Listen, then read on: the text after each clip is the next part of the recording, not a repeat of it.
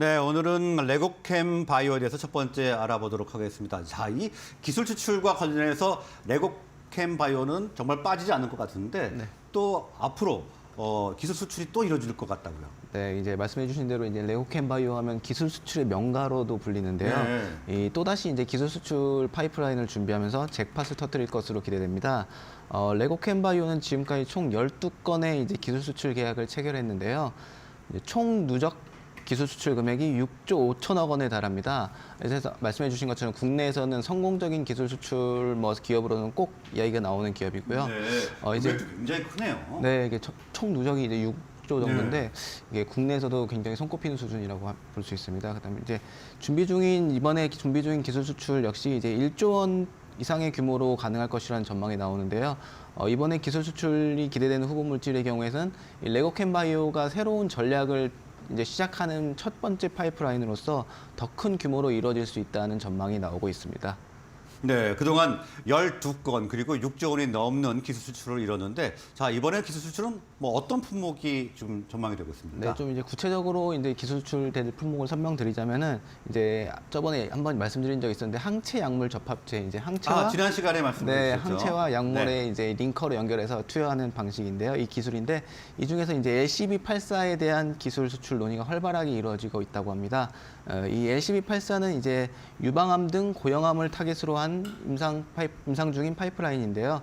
이제 글로벌 제약사의 관심도가 굉장히 높은 트롭2라는 것을 타겟으로 하는 ADC입니다. 네. 이제 트롭2라는 것이 뭐냐면은 고형암 세포에서 이제 과발현되는 항암 표적 단백질인데요.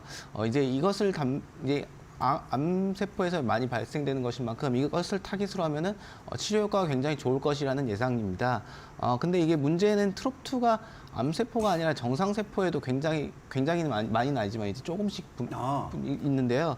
그럼 그 부작용인 거죠? 네, 이제 거기 이제 정상 세포에 가는 경우 부작용이 생길 수도 있고 이제 네. 약효가 좀 떨어진 암 세포에 가야 되는데 정상 세포에 가니까 약효가 떨어지는 가능성도 있습니다. 이제 실제로 이제 길리어드라는 곳에서 이제 2020년 트롭2 ADC 트로델비 이제 유방암 같은 데 사용되는 물질인데요. 이것을 출시했으나 이제 효과가 생각보다는 좋지 않았어. 이제 뭐 의료진들도 이제 많은 선택을 하지 않고 있는데 이제 따라서 이제 트롭2 ADC 어떤 차기 물질이 나오냐에 따라서 굉장히 기대가 많이 되고 있는 상황입니다. 그러니까 지금 레고캠 바이오가 개발하고 있는 LCB84가 기존 제품에 비해서 부작용도 적고 효과가 높다 이렇게 볼 수 있는 거죠? 네, 이제 구체적으로 설명을 드리면은 이제 자체 링커 플랫폼이라는 기술을 사용했는데요. 네. 말씀드린 대로 이제 항체와 약물을 접합할 때 링커를 사용하게 되는데 이 링커가 이제 자체적으로 개발한 레고캠 바이오가 자체적으로 개발한 링커입니다. 그래서 이제 아까 말씀드린 것처럼 정상 세포에서는 이 링커가 분해되지 않아서 약물이 들어가지 않고 암 세포만 선택적으로 이제 들어가서 약물을 투여하게 되는 방식인데요. 네. 그래서 이제 부작용이나 효과가 더 좋을 것으로 부작용은 적고 효과는 더 좋을 것으로 기대되는 물질입니다. 이 트롭2 ADC 파이프라인의 경우 10개 이상의 개발이 이루어지고 있는데요. 임상 속도 측면에서는 이게 LCB84가 후발주자에 속합니다. 하지만 이제 말씀드린 대로 이 특유의 링커 기술 이런 걸 활용해서 네. 경쟁력은 충분히 있다고 보여집니다. 네, 그러니까 더 효과적인 경쟁력이 있다 이렇게 볼 수가 있다는 말씀이신데 그러면 규모 면에서는 어느 정도나 될까요? 이제 그동안 이제 트롭2 ADC가 얼마나 이제 되는지를 좀 살펴보면 좋을 것 같은데요. 네. 이전에 이제 글로벌 라이센스 계약 현황을 살펴보면은 2020년에 아스트라제네카와 다이치 산큐가 총 7조 원 이상의 규모로 기술 수출 계약을 체결한 바 있고요. 그다음에 지난해 6월에는 머크와 켈룸 파마가 1조 원 이상의 기술 수출 계약을 체결한 바 있습니다. 네. 레고캠 바이오 역시 트롭2 ADC 물질이기 때문에 이 LCB84 역시 1조 원 이상의 기술 수출이 가능할 것으로 보여집니다. 1조 원 이상이군요. 네, 이제 최근에 또 이제 많이 들어보셨겠지만 면역 항암제라는 것들이 많이 사용되고 있는데 예. 이제 그 면역 항암제와 이 항체 약물 접합제를 함께 사용했을 때 효과가 더 좋다는 연구들도 나오고 있어서 기술 수출 가능성은 더 높을 것으로 보여집니다. 네, 수출 가능성이 높아지고 있다 이렇게 말씀을 주셨는데 규모도 더 클 수 있다고는 분석이 있다고요? 네, 이제 앞서 말씀드린 것처럼 이거 파이프라인에 대해서는 이제 레고캠 바이오가 새로운 전략을 해서 이제 기술 수출에 나서는데요. 이제 파이프라인을 기동하는 전임상 단계나 개발 초기 단계에서 기술 수출했다면은 향후에는 이제 자체적으로 임상을 하면서 가치를 높여서 이제 기술 수출한다는 계획입니다.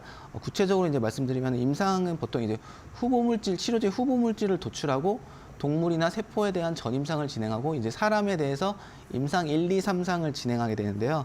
이제 레고캠 바이오 같은 경우는 기존에는 이제 후보 물질 단계나 이제 전임상 단계의 물질을 기술 이전하면서 생각보다 이 가치를 평가 많이 크게 받지 못했습니다. 네. 근데 이제 사람 대상으로 임상을 진행해서 이제 성공 가능성을 충분히 높인 다음에 이제 기술 수출해서 좀 더 가치를 높이겠다는 겁니다. 이게. 네. 자, 그러니까 사람 인상을 통해서 좀 가치를 높이겠다 이렇게 분석을 해주셨는데 네네. 살짝 좀 와닿지가 않은 것 같아서 좀 차이점을 네. 조금 더 설명을 해주시죠. 네, 이제 말씀드린 대로 임상 단계가 높아진다는 것 자체는 이제 이 후보 물질이 얼마나 성공 가능성이 있냐를 분석하는 척도이기도 합니다. 네. 그러니까 후보 물질이 신약 후보 물질을 개발해서 신약으로 가는 때까지 이제 10,000개 중에 하나만이 이제 신약 성공이 한다고 10,000개 중에 하나가요? 그런 식으로 그 정도까지도 네. 이제 분석이 되는데 이제 임상 단계가 진행되면서 뭐 3상의 경우에 뭐 30%, 40%까지 성공 가능성이 높아지기 때문에 이제 그런 기술 수출하는 입장에서는 성공 가능성이 높으면은 그만큼 가치를 많이 해서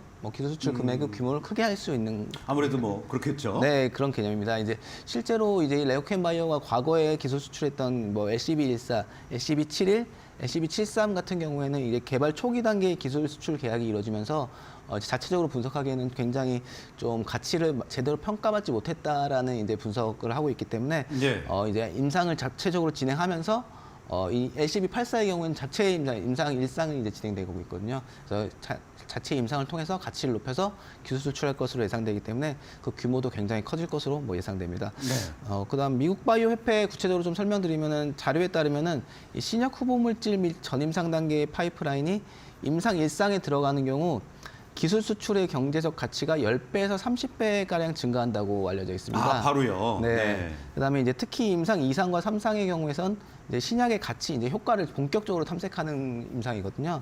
이 경우에는 이제 후보 물질의 가치가 대폭 높아져서 임상 2상 때는 30배에서 50배, 그다음에 임상 3상까지 했을 때는 100배 이상의 가치가 불어나기 때문에 레오캠 바이오의 새로운 전략에 더 주목이 되고 있습니다. 네, 임상 단계가 높아질수록 역시 금액도 높아지는군요. 네, 그렇습니다. 자, 그러면 이번에 기술 수출 예상되는 시점은 언제로 보고 있습니까? 이제 레오캠 바이오가 올해 9월 달에 이 미국 FDA로부터 LCB 임상 1 이상을 승인받아서 10월 중으로 첫 환자 투여를 시작했는데요.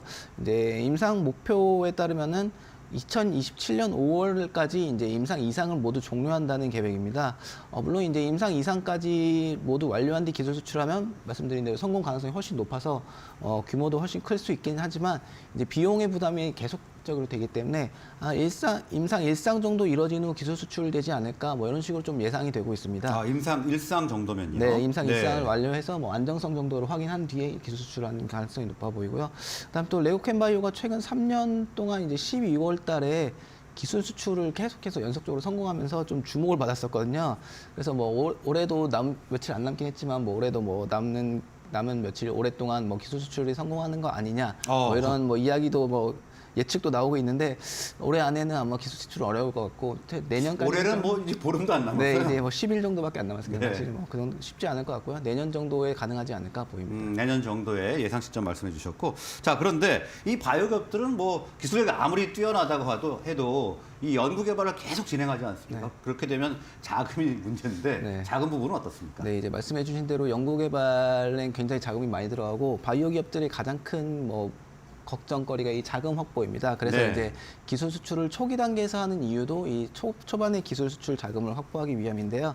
레오캠 바이오 같은 경우에는 매년 이제 작년에 이제 500억 원 가량을 사용했고요. 올해는 3분기 만에 535억 원 가량을 연구 개발에 사용했는데 이제 현재 벌어들이는 매출 같은 경우에는 캐시카우 역할을 하는 의학 사업 부문에서 2천억 원 가량의 매출이 발생하고 있고 또 기술 이전 파이프라인에서 기술료로 한 130억 원 가량이 들어오고 있습니다. 이제 나가는 연구 개발비에 비해서 매출이 좀 작은 편이긴 한데 네. 그래서 이제 뭐 이 레오캠 바이오 같은 경우에는 LCB84 새로 내년에 뭐 이렇게 계약할 것으로 예상되는데 이 계약금을 높여가지고 이걸 다시 연구 개발에 사용하는 이 선순환 구조를 좀 만들까 계약 중입니다. 네, 그러면 기존에 이 기술 수출한 물질을 통해서 자금을 꾸준히 확보할 수 있다. 뭐 이렇게 해석을 하면 되는 거겠네요. 네, 이제 뭐 말씀드린 대로 12건의 기술 수출을 했었는데 네. 중국세 약세 기술 수출했던 LCB71 그리고 뭐 LCB73들이 기술료가 내년에도 계속적으로 뭐 들어올 것으로 예상되기 때문에 뭐 계속 선순환 구조 충분히 만들 수 있을 것으로 보이고요. 레고캠바이오 측은 이제 매년 1개 이상의 파이프라인에 대해서 자체 임상을 진행해서 계속 가치를 높여간다는 방침입니다. 네, 일단 자금의 선순환 구조가 이루어져서 안정적인 확보가 가능하다. 이렇게 정리를 좀 해보겠습니다. 네.